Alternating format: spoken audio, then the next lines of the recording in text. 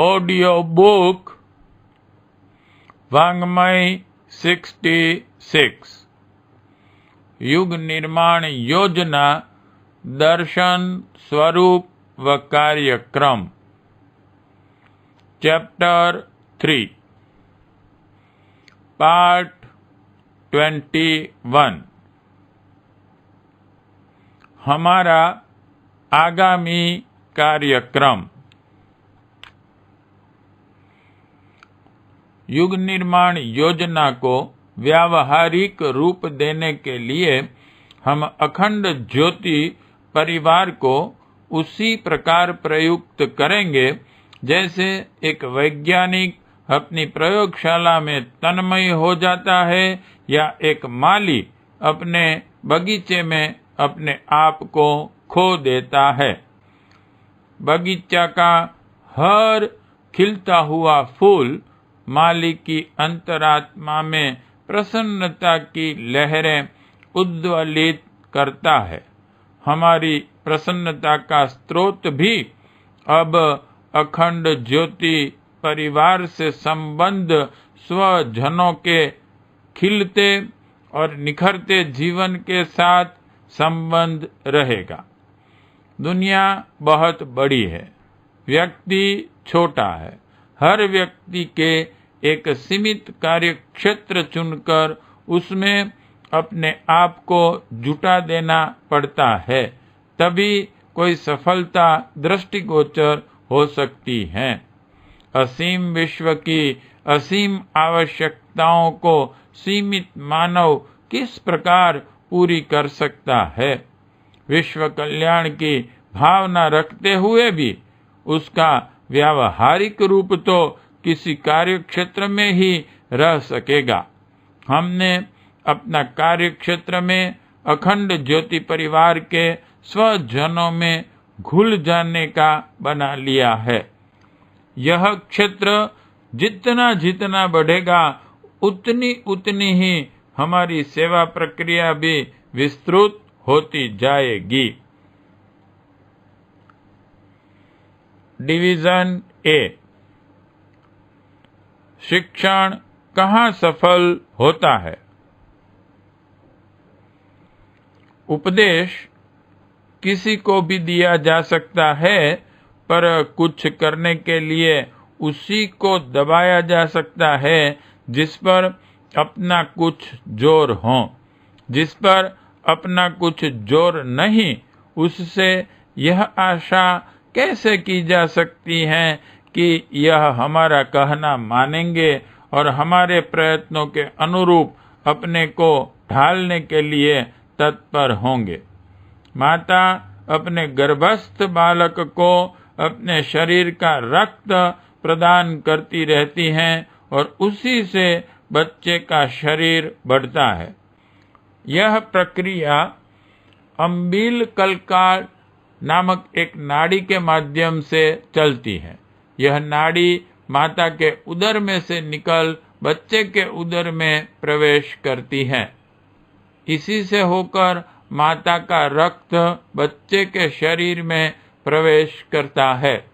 यदि कदाचित यह नाल टूट जाए तो माता का रक्त बच्चे के शरीर में पहुंचना भी बंद हो जाएगा और फिर गर्भस्थ बालक का पोषण भी माता न कर सकेगी। हम भी अपनी अंतरात्मा का रस कुछ व्यक्तियों को निरंतर पिलाकर उनके आध्यात्मिक शरीर की वृद्धि और पुष्टि करना चाहते हैं, पर ऐसे लोग वे ही हो सकते हैं जो हमसे सच्चे मन से संबंध रखना पसंद करें। अखंड ज्योति परिवार ऐसे ही लोगों का समूह है जो हमारे विचारों का आदर ही नहीं करता, उनकी उपयोगिता भी समझता है और उसके प्रमाण स्वरूप प्रत्येक माह अखंड ज्योति खरीदने के लिए भी खर्च कर देता है। निश्चय ही हमारे लिए इसी उर्वरा भूमि में अपनी जोतने, बोने की, सींचने, संभालने की प्रक्रिया आरंभ करनी है। डिवीजन बी, निर्माण की आकांक्षा। हमारा मन है कि अखंड ज्योति परिवार का प्रत्येक सदस्य शरीर से निरोग रहे और हंसी खुशी का दीर्घ जीवन प्राप्त करें। हम अपने परिजनों की उन आदतों को छुड़ाना चाहते हैं जिनके कारण वे अपने स्वास्थ्य को बर्बाद करते हुए रोगों के चंगुल में फंसने की स्थिति तक जा पहुंचते हैं। दवा दारू से तात्कालिक लाभ हो सकता है। सामयिक कष्टों की निवृत्ति के लिए इलाज की व्यवस्था की जाती है, उसका भी हम प्रबंध करने में लगे हुए हैं। प्राकृतिक चिकित्सा की शिक्षण व्यवस्था इसी दृष्टि से प्रारंभ की गई है। दुर्लभ जड़ी बूटियों का एक सर्वांगपूर्ण उद्योग भी शांति कुंज एवं ब्रह्म वर्चस्व में इसी दृष्टि से लगाया गया है, जिसके आधार पर कठिन रोगों का सरलता पूर्वक इलाज हो सके। यह तो सामयिक बात हुई। स्थिर स्वास्थ्य की रक्षा तो स्वास्थ्य को बर्बाद करने वाली आदतें बदलने से ही होगी। हम चाहेंगे कि अखंड ज्योति के पाठक केवल हमारे लेख पढ़कर ही संतुष्ट न हो जाएं, वरन उन बातों पर अमल करें, अपने को सुधारें और गिरे हुए स्वास्थ्य को अच्छा बनाकर हमारे हर्ष और संतोष को बढ़ावें।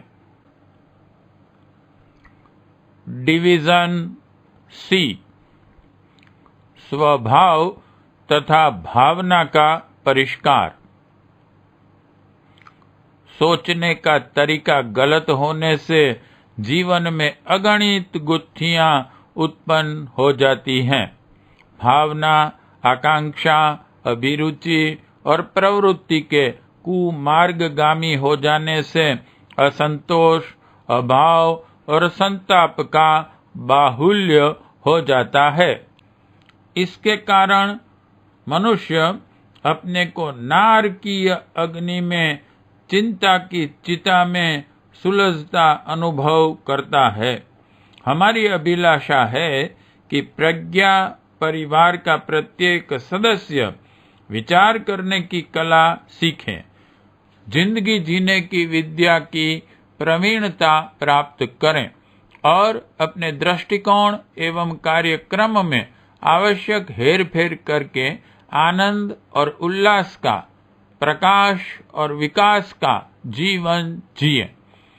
हम में से हर एक का परिवार सीता, सावित्री जैसी नारियों से, श्रवण कुमार जैसे बच्चों से, भरत जैसे भाइयों से, कौशल्या जैसी माताओं से, दशरथ जैसे पिताओं से भरा पूरा हो।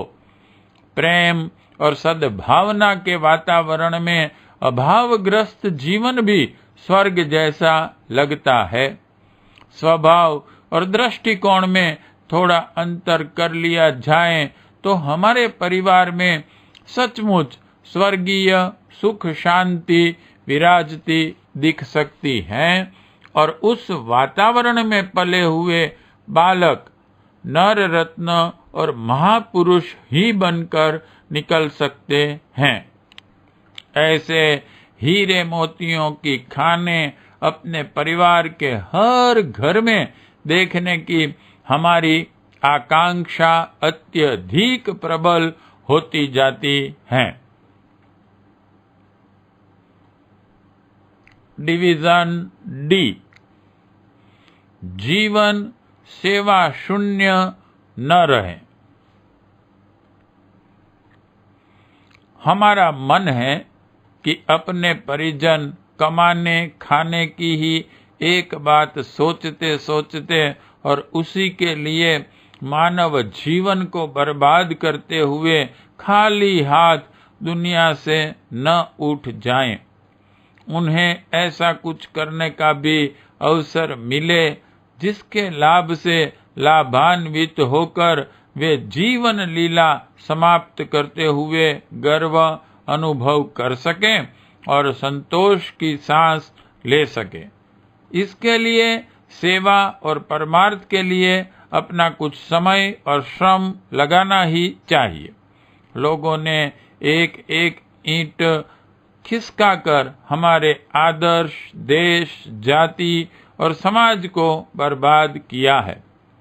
यदि हम उसके निर्माण के लिए एक एक ईंट प्रस्तुत करें तो हमारी संस्कृति का महल पुनः उतना ही ऊंचा उठ सकता है जितना प्राचीन काल में था। सेवा की अग्नि में पके बिना कोई जीवन पवित्र और परिपक्व नहीं बन सकता। अंतः प्रदेश में सद्गुणों की जड़ जमाने के लिए भी सेवा धर्म का अपनाना जरूरी है। कुछ न कुछ काम हम नित्य ऐसा किया करें जो समाज के सुखी, समृद्ध, शांत, संतुष्ट और सुविकसित होने में सहायक सिद्ध हो सके। यह सेवा अपनी निज की, अपने परिवार की एवं अपने समीपवर्ती लोगों की सुविधा और परिस्थिति के अनुसार हो सकता है। हम लोग सेवा कार्यों के लिए जीवन में थोड़ा थोड़ा भी स्थान रखें तो उसके द्वारा युग निर्माण की दिशा में आशाजनक और आश्चर्यजनक कार्य हो सकता है। परिवार की आत्मीयता की भावना जब बढ़ती है तो मनुष्य अपनों के लिए बहुत कुछ सोचता और करता है। हमारा मन इन दिनों अपने आत्मीय जनों को ऐसे बनाने के लिए मचल रहा है कि इस निर्माण को देखकर देखने वाले आश्चर्यचकित रह जाएं और यह अनुभव करें कि युग निर्माण योजना कोई शेख चिल्ली की कल्पना नहीं, वरन एक अत्यंत सरल और पूर्ण व्यावहारिक पद्धति है जिसे अपनाया और व्यापक बनाया जा सकना न तो कठिन है और न असंभव। समझा यह जाता है कि लोगों का स्वभाव जन्म से ही बना आता है, उसे बदला और बनाया नहीं जाता। इस धारणा को भ्रांत सिद्ध करने का हमारा विचार है। हम अपनों को बदलना चाहते हैं। अपनी प्रयोगशाला में हम बबूलों को चंदन बनाने की तैयारी कर रहे हैं। विज्ञान के द्वारा भौतिक जगत में इतने आश्चर्यजनक परिवर्तन हो रहे हैं तो ज्ञान के द्वारा मनुष्य की अंतः स्थिति में भी आशाजनक परिवर्तन की आशा की जा सकती है। डिवीजन ई, जीवनोपयोगी वास्तविक शिक्षा। प्राचीन काल में ऋषियों के गुरुकुलों में निवास करने वाले छात्र वहां के वातावरण में लोह पुरुष बनते और ढलते थे। ऐसे गुरुकुलों का चलाना अब संभव नहीं दिखता क्योंकि हर माता पिता अपने बच्चों को नौकरी कराने की बात सोचता है और इसके लिए नौकरी दिलाने वाले, सर्टिफिकेट दिलाने वाली पढ़ाई पढ़ाता है। वह शिक्षा भार पूरा करने पर छात्र में उतनी मानसिक शक्ति शेष नहीं रह जाती कि जीवन की विभिन्न दिशाओं को विकसित करने वाली विशाल शिक्षा का भी भार वहन कर सकें। दोनों एक साथ चलाने पर किसी के भी सफल न होने का भय है और केवल वह जीवन विद्या जिसे पढ़कर नौकरी का टिकट नहीं मिलता, आज की परिस्थितियों में कोई पढ़ने को तैयार होगा, इसमें भारी संदेह है।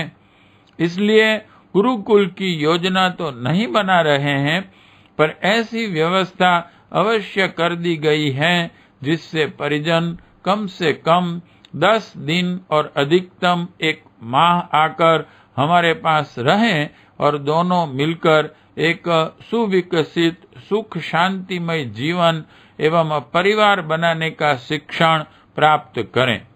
इसके लिए परिवार के प्रत्येक सदस्य को शांति कुंज हरिद्वार आने का आमंत्रण इस आशा के साथ दिया जाता है कि इस प्रशिक्षण से वे एक नई दिशा और नई प्रेरणा प्राप्त करके अपने मुरझाए जीवन में आशा की प्रभात किरणें उठती देखेंगे।